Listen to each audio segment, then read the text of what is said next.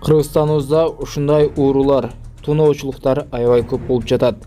Сиздин оюңуз кандай? Албетте комментарийге жазып калтырыңыздар. Жана ошондой эле бул видеороликтин ылдыйында колду басып, дүйнөдөгү акыркы жаңылыктарды да билип туруңуздар.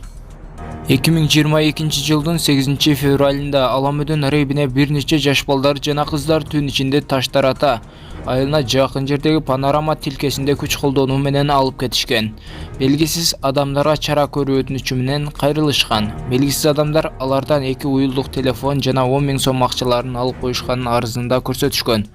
Бул факты боюнча ИИМ тарабынан 206 беренеси каракчылык менен кылмыш иши козголуп, ыкчам иликтөө иш-чараларын жүрүшүндө каракчылыкка шектелип, 1992 жылы туулган ТЖ, 1993 жылы туулган АУ, 1988 жылы туулган ЖТ, 1989 жылы туулган ОА кармалышкан. Малым болгондой кармалгандар Бишкек шебинин убактылуу кармоочу жайына киргизилди. Жогорку соттун мурдагы төрайымы Нургүл Бакирова Жогорку соттун төрагасынын орун басары болуп дайындалды. Бул тууралуу президенттин басма сөз кызматы билдирди. Эске салсак, 31 январда ал Жогорку соттун төрайымдыгынан бошотулган. Бүгүн ал президент Садыр Жапаровдун жарлыгы менен Жогорку соттун башчысынын орун басары болуп дайындалды. Садыр Жапаров ошондой эле төраганын орун басарлыгына Нурлан Мусаев менен Айбек Давлетовду дайындады. Bir аптадан бери 4 оорукананын мурдагы директору Сауырбек Жумабеков менен саламаттыкты сактоо министри Алымкадыр Бейшеналиевдин тиреши уланып келет.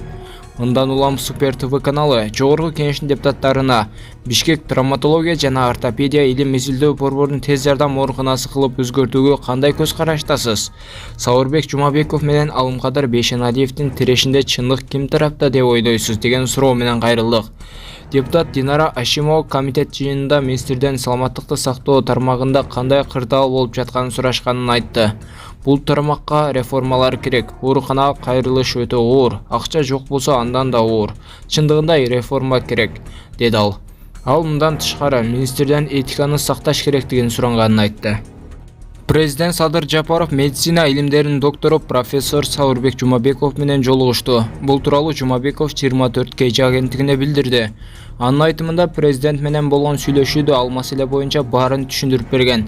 Президент менен сүйлөшүп, ага болуп жаткан нерселер тууралуу түшүндүрүп бердим.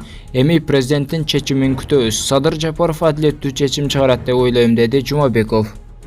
Подписациядан кызыл жазууну басып, жандагы коңгуроочондо сөз түрдө баса кетиңиздер.